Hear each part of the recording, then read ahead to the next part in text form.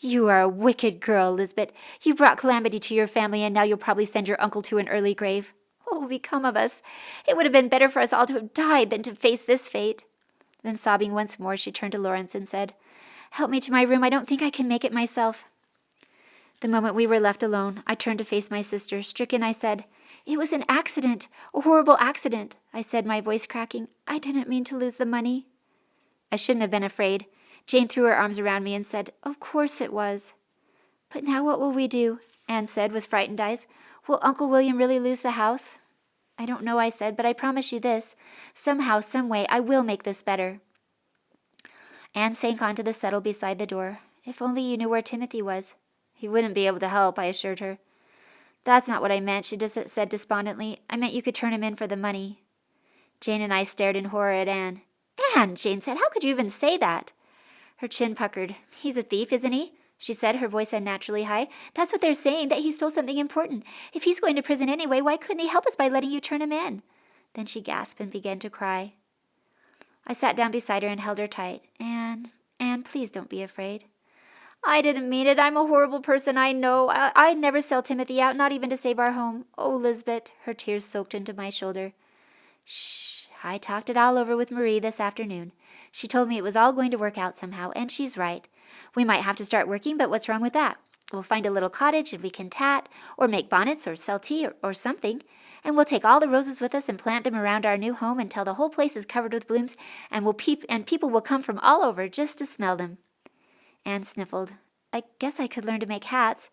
"And I could embroider gloves," Jane said, taking a seat on the other side of Anne.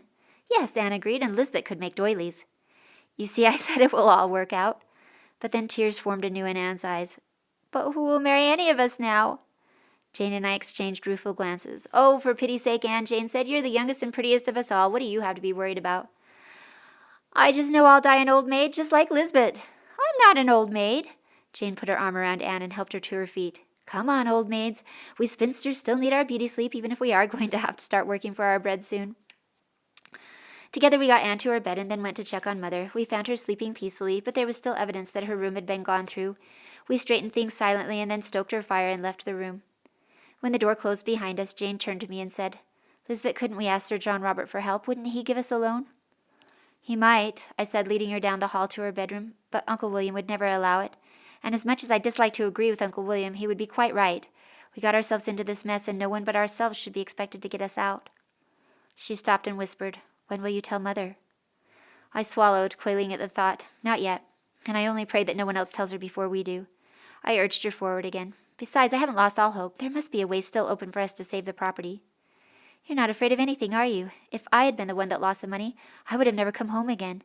I'd have sent a letter and then made myself comfortable in Audleton." "If you'd seen the look on Clay's face, you wouldn't have." "What do you mean?" "That's why I took the pass home. I knew Clays was determined to make it look like Jarrett's fault, just to save his own skin. I had to beat him home in order to ensure that the truth was told." "Clays gives me the shivers. I don't know why Uncle William keeps him on anyway." "It's because him and Lawrence are so tight." She nodded. "Uncle William should know better than to let Lawrence spend all his time with a hired hand." She sighed and rubbed her forehead. "You don't have a headache, do you?" I said. She dropped her hand. "The pills. You said you had pills for me." "They're in my room. Come and get them." But as soon as we walked into my bedroom, I saw that my chest and wardrobe had been left open and several of my things were on the floor. I shivered. It gave me the chills knowing that strangers had been touching all my things. I found my purse among the items on the floor. Fortunately, the package was still there. It had been opened, but before I could say anything, Jane reached for it.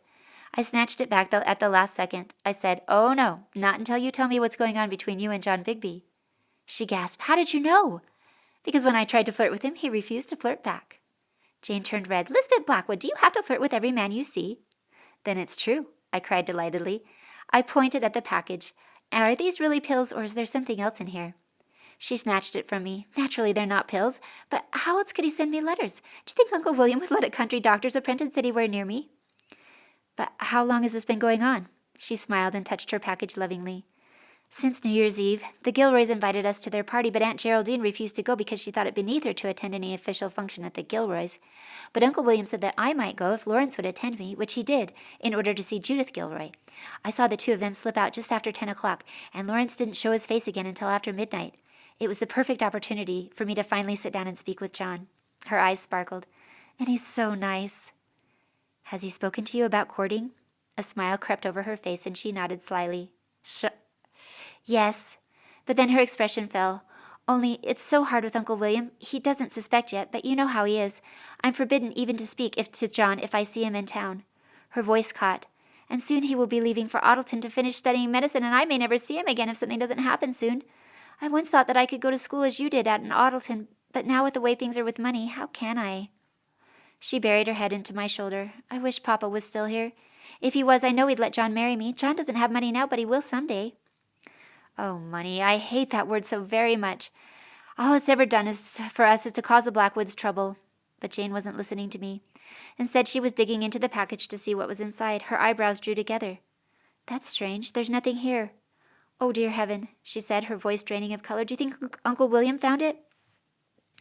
I took the package from her and checked myself. She was right. It was completely empty.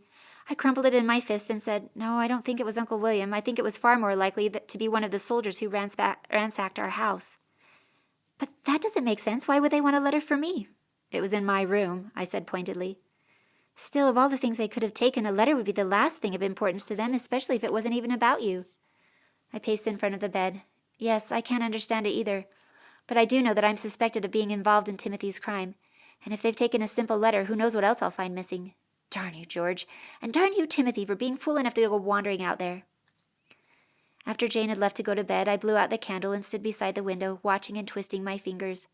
Little lights were moving out over the landscape, indicating that the search for the seal was nowhere near being done. They traveled like sluggish will-o'-the-wisps, wandering in the night. Maybe it was because I was cold, but I think it was something more than the temperature that made me start to tremble. Oh, why? Why had Timothy ever gotten mixed up in this mess in the first place? I leaned my head on the cold glass and closed my eyes. Why couldn't I have just made that stupid promise to Aunt Esme? I squeezed my eyes even tighter together because suddenly I heard Timothy say quite clearly in my mind, Go and marry George for all I care. A light suddenly flooded from the stables. From my window I saw Lawrence appear, mounted on his horse. He took off down the lane and into the darkness until he disappeared. Good riddance, I thought. No doubt he was heading to the village to meet Tori. They would often ride as far as Cheriton and not show their faces again until dawn.